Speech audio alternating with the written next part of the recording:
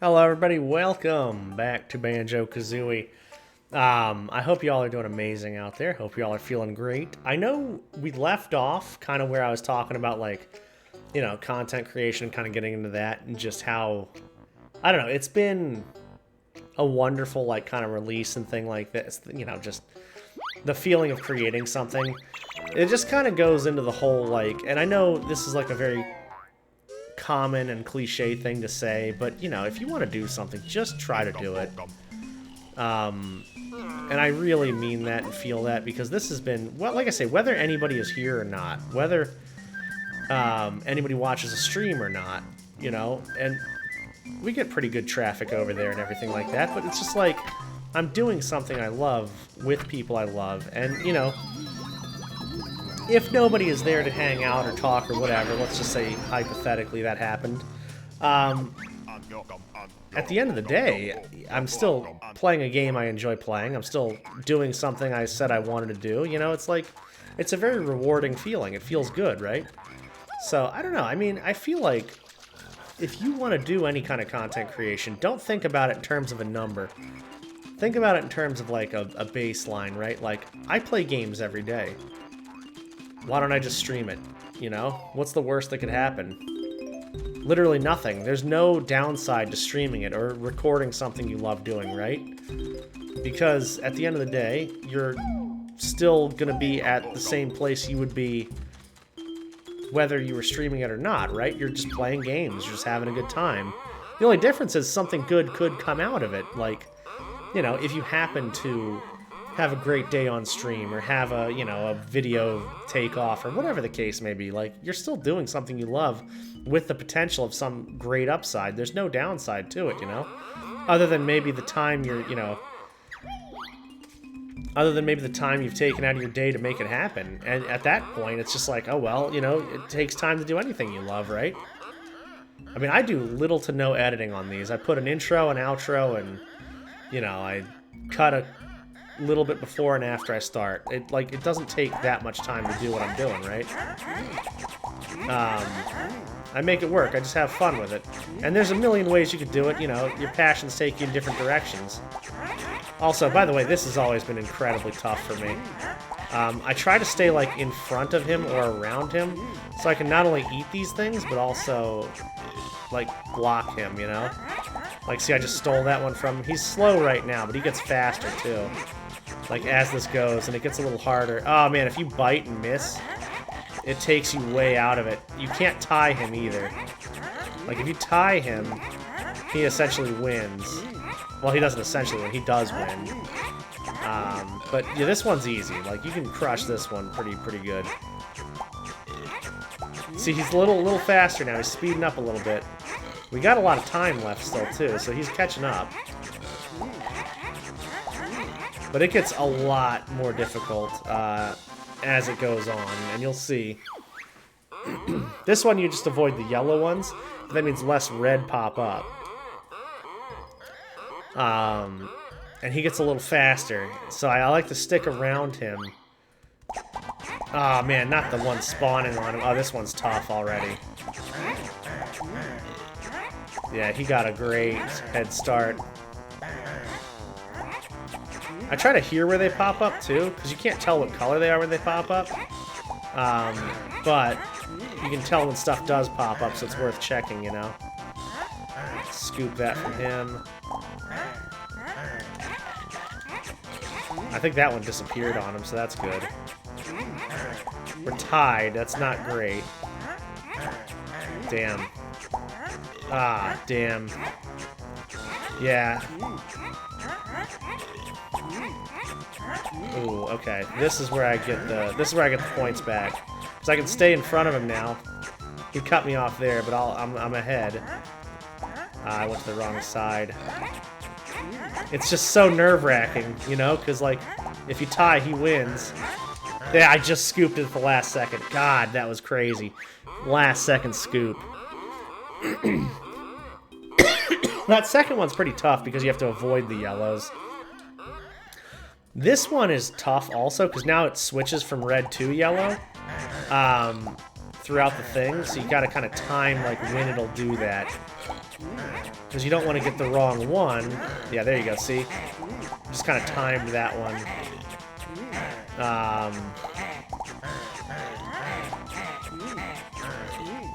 Oh man, I almost got the wrong one there. He's way ahead. I mean, he's 2 ahead. That's tough. That is definitely tough. It'll be tough to come back from that. Stay ahead of him if I can. I missed that. Damn. Dude, when you miss him, it takes you so far out of the way. And claw back some points here. Yep, got ahead. He's ahead by 1. This is a good stretch over here. I got a little bit of time left. Yes, we did it. Okay, good. Man, this is one of my, like, I wouldn't say least favorite, but my most difficult games or like puzzle pieces on this to get. It is so freaking hard.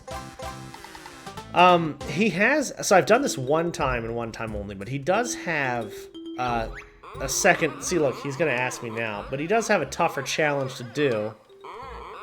I don't want to do it. But he gives you 3 extra lives at the end, and it's just like, I already am maxed out on lives. I can't get any more if I wanted to. So what's the point, you know what I mean?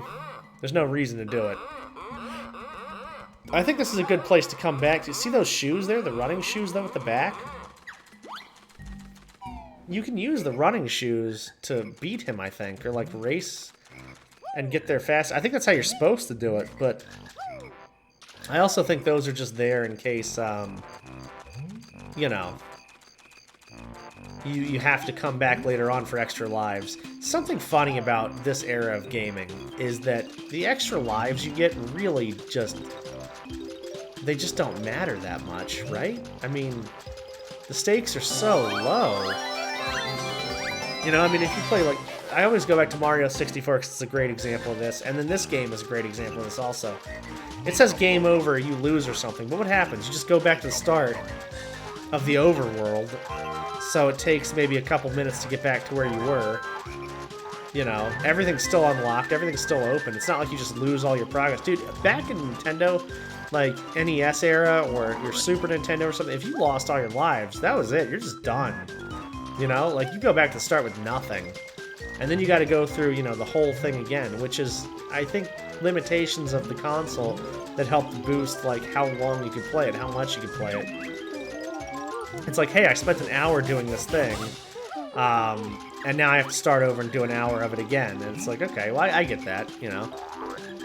But here it's just, like, I think the games were so large that, you know, they didn't want you to, like, lose your progress. Speaking of large games, I think that's a big thing that kind of took me out of gaming for a little while, because there was a point where I loved playing games, and I just wanted to do it all the time. But it kind of took me out of games when, you know, you go from, like, these massive worlds that you have tons of objectives and things to do, and, you know, tons of ways to play it, to then the limitations of, like, discs and things like that at one point. Like, PlayStation 2 era games, there were some that you could pack a ton of content into and different ways to play and stuff. And then there were some where you just, like, you know, you played the story through and it was such a detailed, like, story and landscape and things like that that there wasn't a lot of room to put anything else on the game itself. So, you know, you could beat a game in an hour or two and that's it. You're just done with it, you know? If there wasn't a million ways to play the game, you're just done with the game. So it's like, okay, great. Now what do I do, you know? So I didn't find the value in the games, even if it had a great story. Like, you tell the story once, and that's $60 to be told the story, you know? The playing was just not there. That's what I love about multiplayer games, or games where you can just really go through and discover new things every time. You know, Battle Royales for me, for instance, people ask, why do you play those so much? Why do you come back to them? It's like, because I can, you know? It's the same concept pretty much every time, but it's a new experience with new people. You know, you can challenge yourself. You can play a different way. You can play a different style. Like, you know, I go back to it not because, you know, it's like the most groundbreaking, incredible concept. Not because it's incredibly creative or I care about a story or anything like that, but it's because, like, you have opportunities to play it, you know, and it could be a different outcome every single time you play it, right? The release from so many losses when you finally get that win is great too, you know? A game like this, for instance, I haven't beaten it yet, and it keeps, you know, me coming back because I like the game itself. I like to play through it. But a game like, I don't know, I mean, I played Dante's Inferno, for instance, back in the day, and I go back to that game often because I thought it was a really cool game, but I spent $60 on that game, and I was done with it in, I mean, a couple hours. I was just done with it, right? Never had an opportunity to play it again, never wanted to play it again, because it's like, okay, you did the storyline, and it's never going to be a different story, it's never going to be a, you know, a different challenge or anything, it's just, that's it. Cool thing about games nowadays is DLCs as well. You know, developers can say, hey, you want to pay an extra $15 for this additional content, and a lot of times, yeah, it's worth it, it's great content, you know? It's cool if they put that out there too. But yeah, there was that era, like, in the middle where a lot of games, PlayStation 2, some of the PlayStation 3 games, you know, Xbox One had some classics, Xbox had some classics, 360 did, you know. There were definitely some hidden gems and developers that really stretched their games into what they were, kind of expanded on this era of gaming. And there were a lot of hits and things like that, but there was also a lot of games where it was just like, you're paying for one story and that's it, you know? So, I don't know. I mean, I think we're in a good spot now when it comes to games, for retro stuff and for new stuff. I think there's just a lot of good, you know, content coming out. And I love that. I love that very much. You know, we're not just stamping out the same old thing all the time. And if we do, then it gets no recognition or notoriety, you know? I think I can make it through here. I need to break the ice over here. And then, I have to go in with a crocodile in here to get, like, a cheat or something, I think. Oh, there's a puzzle here that I need to solve, too.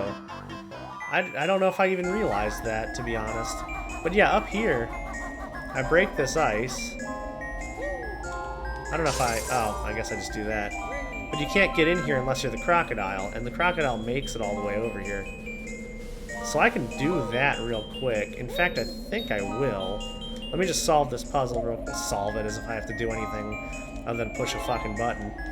Another thing that Banjo-Tooie did really, really well, though, is the puzzles were... Even putting the pieces in the puzzle together was a little tougher, you know what I mean? So that was always really cool, too.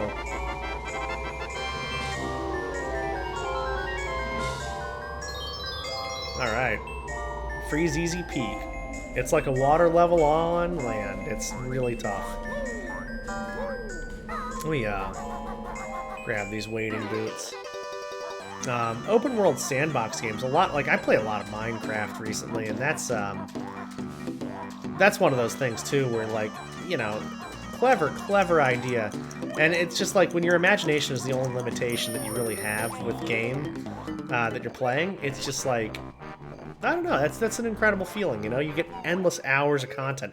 I look at games and I think, am I going to have a lot of fun with this? And how long is that fun going to last, you know? Like, am I going to have a lot of fun with that for a day and then be done with it? Okay, what's the point then? Am I going to have a lot of fun with that for potentially months or years? You know? And there's not a ton of games like that for you. But I also think it's so, you know, based on personality and preference, you know? I like it, though. I mean, there's so much variety out there. There's something for everybody. There is something for everybody. I can play Tetris and Dr. Mario and be just as happy, you know what I mean? I'm trying to think of what I'm going to do for the Thursday stuff from now on, because I know we have a pretty set thing on Monday and a pretty set thing on Friday now on YouTube, but when it comes to, like, our Thursday stuff, you know, I love GeoGuessr. I wouldn't mind throwing some Geo videos up here and there. I wouldn't mind doing some, like, realm tours and stuff like that, because we're playing Minecraft on stream. God, when this comes out, though, I don't even know if I'll be playing Minecraft on stream. At this current time when I'm playing this game, I'm doing a lot of Minecraft in the realm. I have no idea. Who knows? God, in, you know, however many weeks this comes out, like, Who knows what I'll be doing on stream. Yeah, who knows what the obsession is for that time. I love that, though. When you get obsessed with games and you just can't help but play them, it's so nice. Man, variety streaming is the way to go for sure, because no matter what you're feeling, your community, your friends, everybody that comes to hang out will not be expecting something other than you being the person you are, you know? You having a good time. I love that. You know, you let your personality speak for itself, and then the games are just there. You know, it's you just showcasing the fun time that you're having. Your buddies are going to be having a fun time. I love that kind of stuff, you know? That's what I love about streaming. And then YouTube is something that I always wanted to do, you know? Like, it has always been something that I've loved, is watching people play YouTube. I've enjoyed watching series on YouTube. Just the things are so limitless, the creativity. And I've always found that very amazing and respectable, you know? Let's do this. Okay, so this is actually a perfect place to stop once I get this done over here. Because we're done with the map, and, you know, we can just move on to the rest of this game next time we pick this up. So I'll probably end this whole recording session here and, you know, edit some stuff, pick it up next time. But, yeah, I just want to get this cheat real quick. And I think if you save and leave the game, you start back at the beginning of the overworld, so we can go get the witch switch thing that we did, and we could probably pick this cheat up on the way over too. Hey, yeah, which one is this gonna be? Is this red feathers? I think this is red feathers.